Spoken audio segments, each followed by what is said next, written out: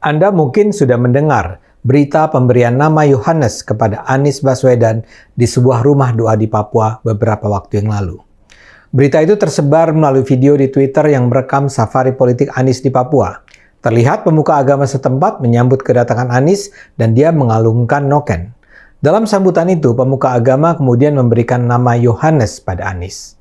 "Anak kami Anies datang di rumah Tuhan dengan nama Yohanes," ucap sang pemuka agama. Saya menganggap ini adalah sebuah kejadian serius. Pemberian nama tidak bisa dilihat sebagai tindakan yang random.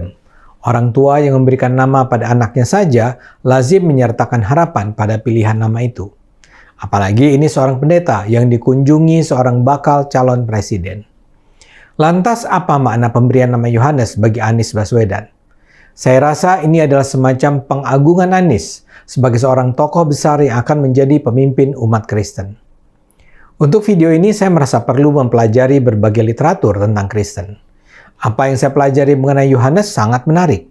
Saya menemukan Yohanes adalah sebuah nama yang punya arti sangat penting dalam dunia Kristen. Ini yang menyebabkan banyak orang tua Kristen memberi nama baptis Yohanes pada putranya. Ini bukan nama sembarangan.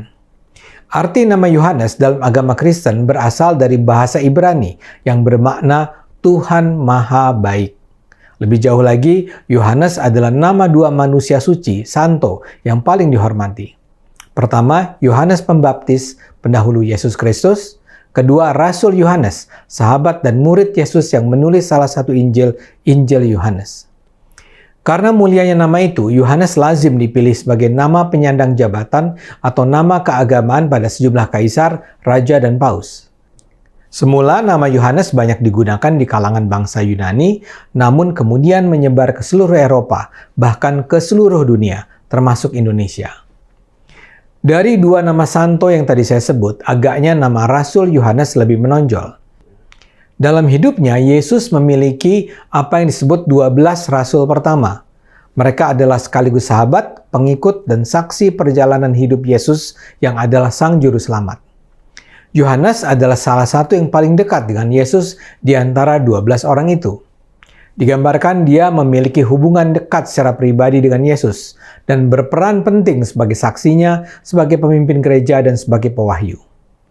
Konon Yohanes adalah anak dari seorang nelayan Galilea yang kaya bernama Zebedeus. Yohanes meninggalkan pekerjaannya setelah Yesus memanggil dia dan sejumlah rasul lainnya untuk mengikuti dan menjadi murid Yesus. Yohanes menyaksikan banyak dari mukjizat Yesus. Di antara lain menyaksikan bagaimana Yesus memiliki kuasa untuk membangkitkan seorang anak perempuan dari kematian. Yohanes juga menjadi saksi saat Tuhan Bapa menyatakan Yesus adalah putranya.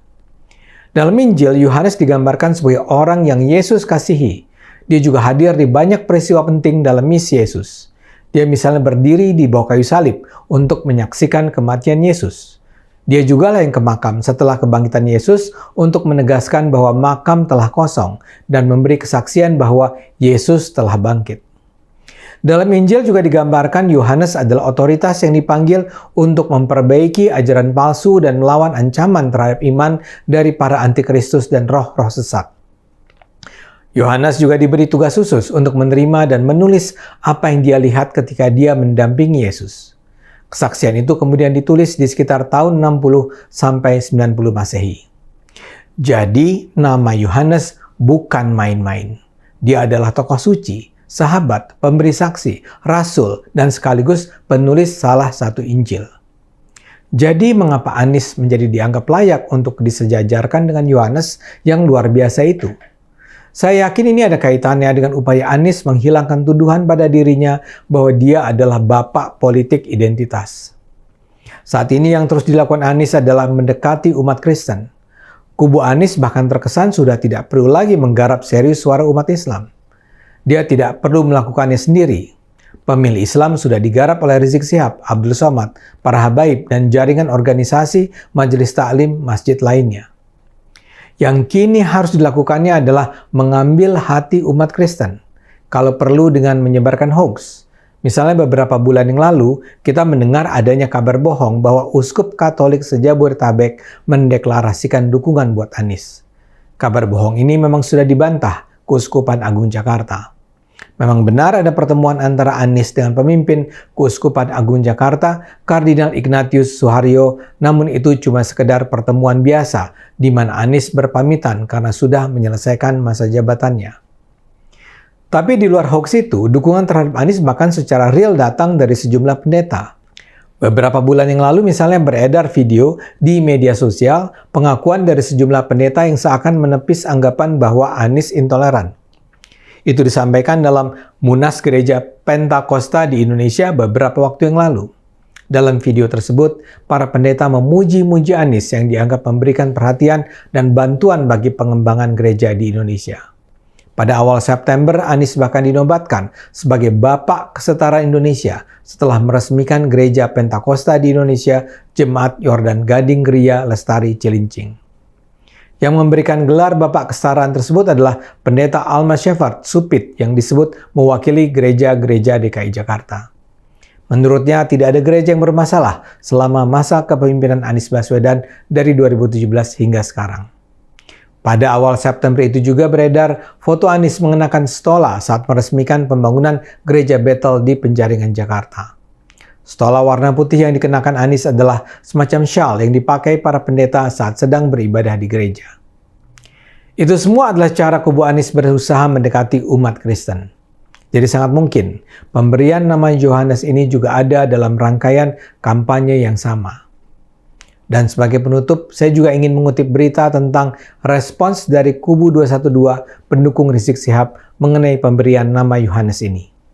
Wasekjen Persatuan Alumni 212 Novel Bamukmin sudah menyatakan kedatangan Anies ke gereja dan memperoleh nama Yohanes itu tidak bermasalah. Menurutnya, selama Anies tidak harus melakukan ritual agama Kristen dan Anies tidak meyakini agama Kristen, maka itu tidak apa-apa. Novel tiba-tiba saja nampak mendukung keberagaman. Novel juga menilai peristiwa itu masih dalam koridor toleransi untuk menghargai perbedaan. Kata dia, perlu diperjelas bahwa dalam syariat Islam bahwa toleransi terhadap perbedaan, kemajemukan, kebinekaan, atau pluralitas adalah wajib. Ini tentu saja menarik mengingat selama ini Novel adalah bagian dari komunitas yang tidak mentoleransi sekedar pemberian selamat Natal atau penggunaan atribut Natal oleh umat Islam. Tapi ya tentu saja ini tidak terlalu mengherankan. Pada akhirnya agama memang jadi sekedar kendaraan politik. Saya khawatir itulah yang terjadi dalam kasus pemberian nama suci Yohanes kepada Anies Baswedan. Ayo gunakan akal sehat, karena hanya dengan akal sehat kita akan selamat.